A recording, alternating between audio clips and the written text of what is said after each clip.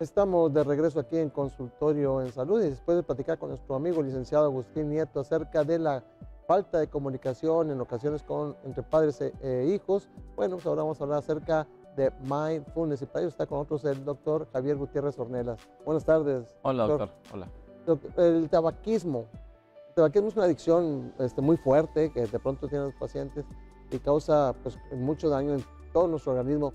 Pero ahora está habiendo otra situación, que estamos usando los vapeadores también, Ujú, ¿verdad? Que ujú. también causan mucho daño. Sí, sí, y que desgraciadamente es una adicción igual o tan fuerte como el tabaco clásico, ¿no? De hecho, hace un momento que estaban hablando del tema de los jóvenes, desgraciadamente esta adicción del tabaquismo se implanta en edades muy tempranas y que obviamente hace más difícil que después puedan ser las personas, bueno, dejar esta adicción, ¿no? Recuperarse. Así es, la adicción al tabaco es muy seria y las personas piensan, es que a mi abuelita nunca le pasó nada y está fumando y pues yo por eso fumo, pero pues Sí, no claro. necesariamente a él no le va a pasar nada. Definitivamente, hoy en día hay factores que se ha demostrado que generan más daño porque estamos, como lo hemos mencionado en otra ocasión, inmersos en otro momento de vida, ¿no? Una contaminación ambiental mucho más fuerte, situaciones estresantes, más complicadas. De hecho, cada vez que se consume tabaco, las sustancias químicas que contiene el cigarrillo,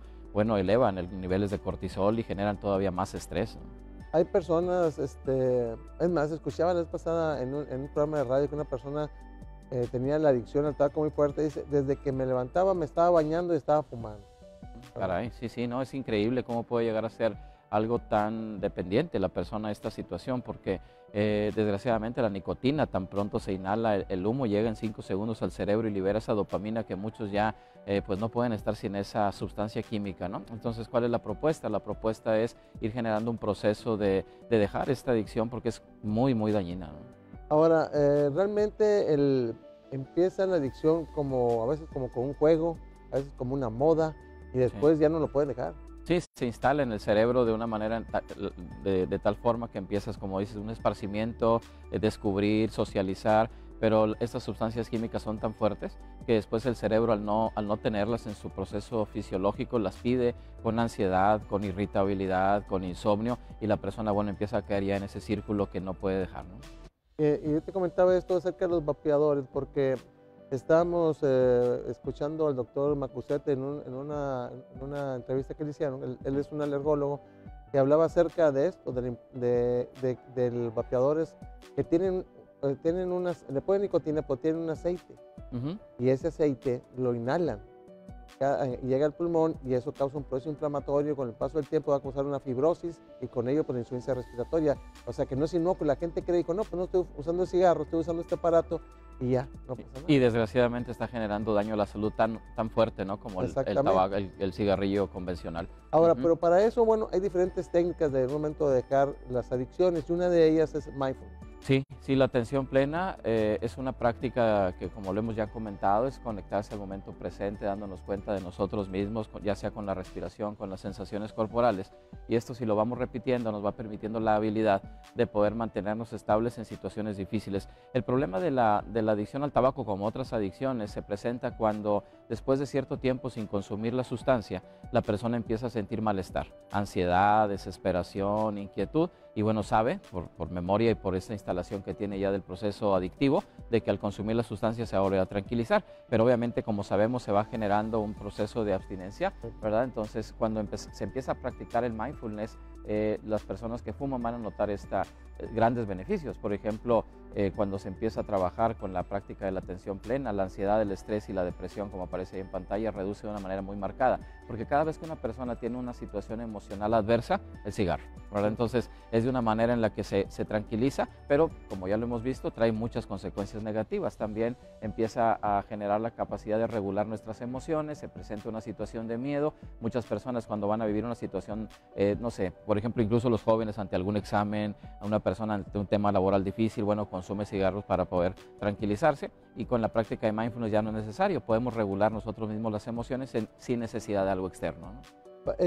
Mindfulness también puede ser, digo, trasladado a otro tipo de adicciones. Sí, a todas el alcohol. Por ejemplo, hay un programa de la Universidad de Washington que tiene ya cerca de 20 años o tal vez un poco más, de que se maneja para personas evitar la recaída en consumo de alcohol, y se ha demostrado que los beneficios de esta práctica pueden ser tan útiles como las terapias de Alcohólicos Anónimos, ¿no? Entonces es muy poderoso, y toda sustancia, incluso alimentos, incluso lo que es la dependencia a otras personas, la codependencia, ayuda bastante la práctica de mindfulness. Muy bien, ahora la práctica de mindfulness pues, necesita, como el ejercicio, hacerlo día con día para que pueda resultar sus beneficios, ver sus beneficios, ¿verdad? Sí. Porque si uno al gimnasio cada 15 días, pues de nada le sirve. Así es. ¿Verdad? Igual es la meditación. Lo mismo sucede con mindfulness, y también como en el ejercicio o cuando uno intenta cambiar hábitos alimenticios para estar más sano, es muy importante una asesoría, un seguimiento por personas que ya tienen conocimiento y práctica y metodologías que hayan comprobado que de una manera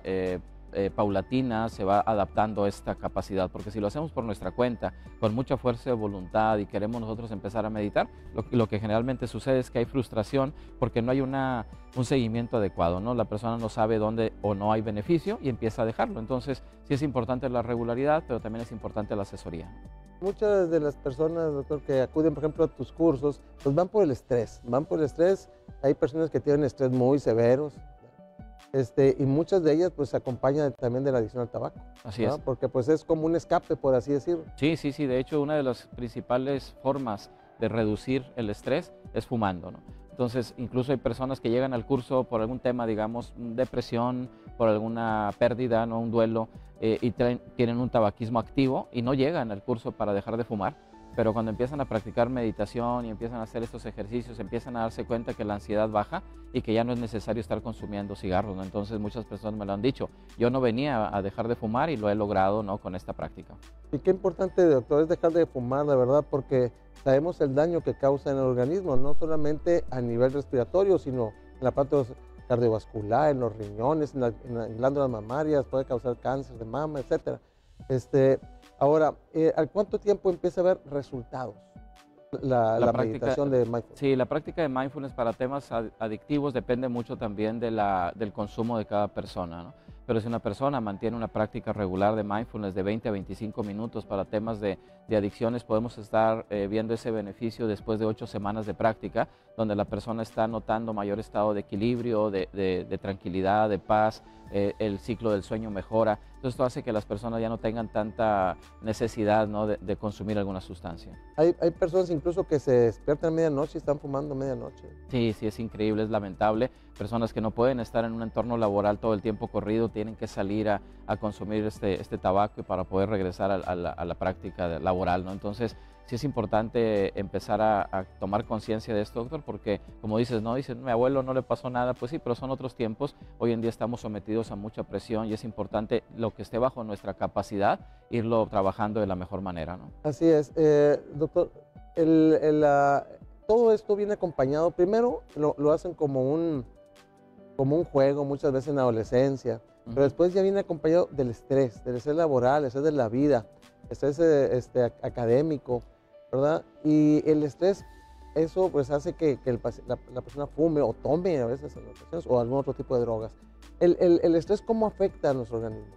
El estrés, en la medida que nuestro cuerpo va liberando cortisol y adrenalina de manera crónica, es como si estuviéramos siempre ante un peligro de vida o muerte. Entonces todo nuestro cuerpo está en un estado de tensión, tanto a nivel muscular, eleva la glucosa, sube la presión arterial, el sistema nervioso se estimula, entonces va generando una gran cantidad de daños. Está reconocido que la mayor parte de lo que nos genera estrés, doctor, está solo en nuestra mente. O sea, no está sucediendo realmente allá afuera. Allá afuera hay situaciones adversas, pero si nosotros nos enfocamos, nos concentramos y ponemos toda nuestra capacidad y obviamente nos preparamos para que nuestras capacidades sean mejores, podemos enfrentarlos sin necesidad de caer en esos procesos de estrés, ¿no?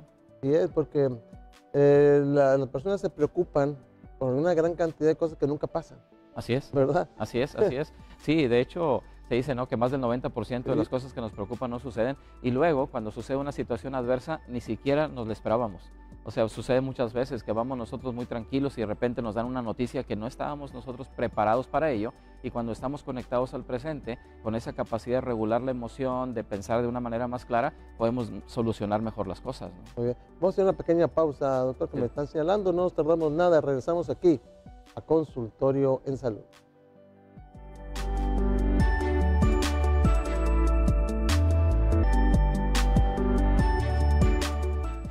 Estamos de regreso aquí en Consultorio en Salud. Estamos charlando con el doctor Javier Gutiérrez Horneros acerca de Mindfulness, una técnica milenaria que ayuda a una mejor calidad de vida, ayuda a prevenir muchas veces enfermedades y ayuda a vivir más feliz. Si usted practica la meditación de Mindfulness, va a ser más feliz, eso se lo puedo asegurar, ¿verdad?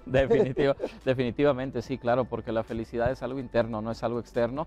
Podemos tener afuera todo a nuestro favor y nuestra mente puede tener miedo a perderlo, y ese solo miedo a perder lo que tenemos nosotros, digamos, economía, salud, familia, ese miedo hace que no disfrutemos la realidad que vivimos, ¿no? El tabaquismo es un problema serio de salud pública, pero atrás de todo esto muchas está el estrés. Y yo estoy plenamente convencido de que el estrés está subevaluado, o sea, subestimado, porque el estrés está detrás de muchas enfermedades. Sabemos que las enfermedades son multifactoriales, por ejemplo el cáncer es multifactorial, pero uno de los factores es el estrés, que en un momento dado lo detona. Por ejemplo, vemos pacientes que se murió el hijo y a los 2 años, año y medio, 2 años, también se muere el papá. O la pareja, se muere uno, el estrés hace que fallezcan.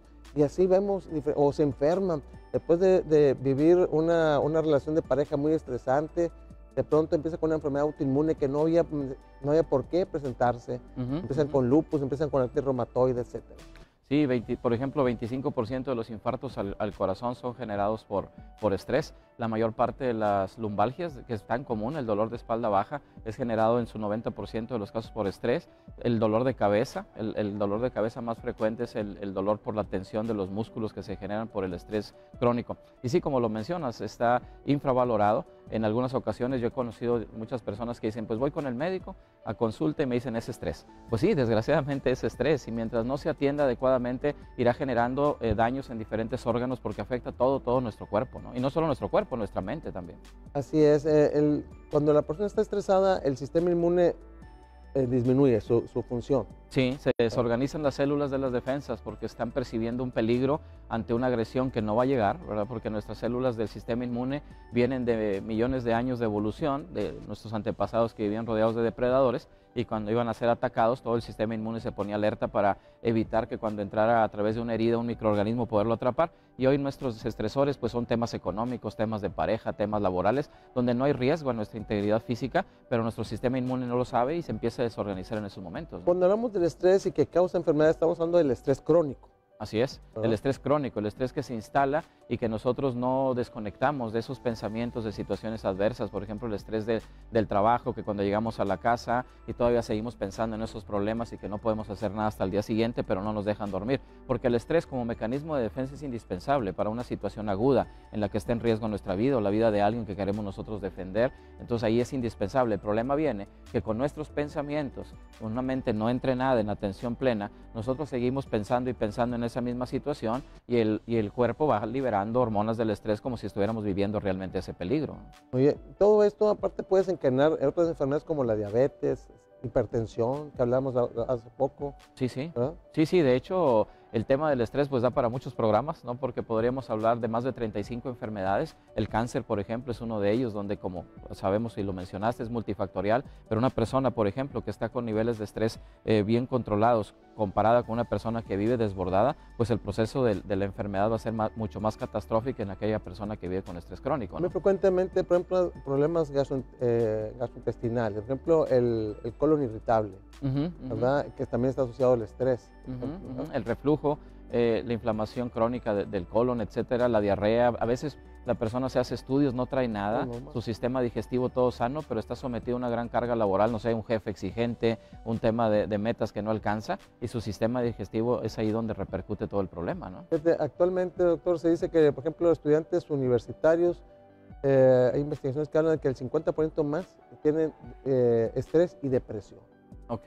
Sí, por ejemplo, la depresión es una enfermedad que va aumentando a gran escala en todo el mundo. De hecho, se dice que cerca del 60% de la población en algún momento vivirá una depresión clínica, aunque no sea diagnosticada, porque desgraciadamente estamos sometidos a tanta carga de estrés que el cortisol crónico va dañando algunas de las células de nuestro cerebro y esto va generando que la emoción de la tristeza se desestabilice y se vayan volviendo procesos más largos, más crónicos de melancolía que puede terminar en cuadros depresivos, ¿no? Así es.